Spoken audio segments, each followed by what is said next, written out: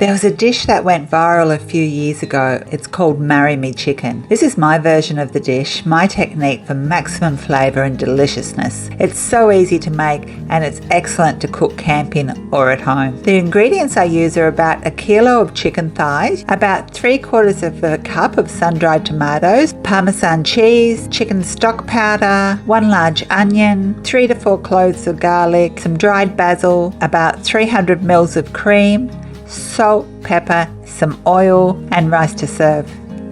Firstly, I prep my onion and chicken. I like to peel the onion, cut it in half and then cut the halves into thin slices. And I also cut the chicken fillets into thin strips. If you prefer, you can cut the chicken into little bite-sized chunks. You'll end up with a big mound of chicken, but that's what we're after. And that's the prep done.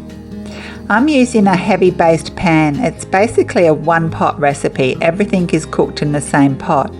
I always warm up my pan before I add any oil. This helps prevent the food from sticking. So I just light my stove to a medium heat, put the pan on and warm it up for a few minutes. We really love to eat rice with this dish, so I put a large pot of water on another flame for the rice, add a good teaspoon of salt and I put the lid back on so the water comes to the boil quicker. Once the pan has been heating up for a few minutes, I add some oil.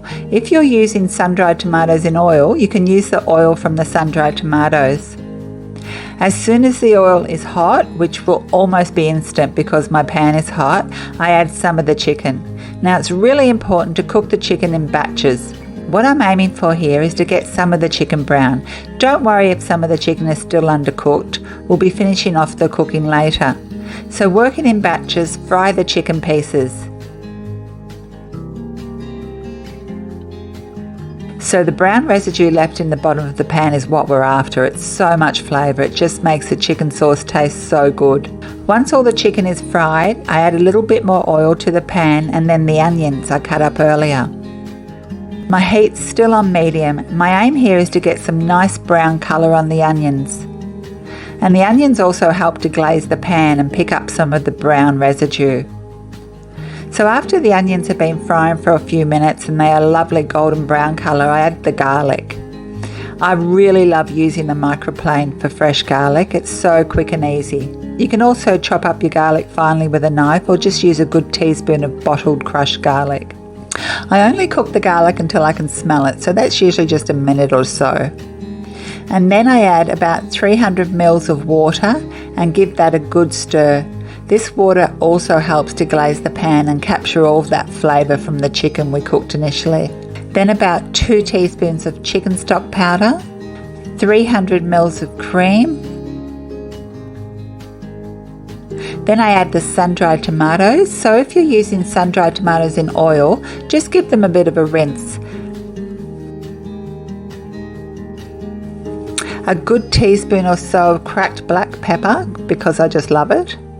About 1/2 cup of parmesan cheese. I'm using the long life stuff here because that's all I had, but feel free to use fresh parmesan. It will only make your dish taste better.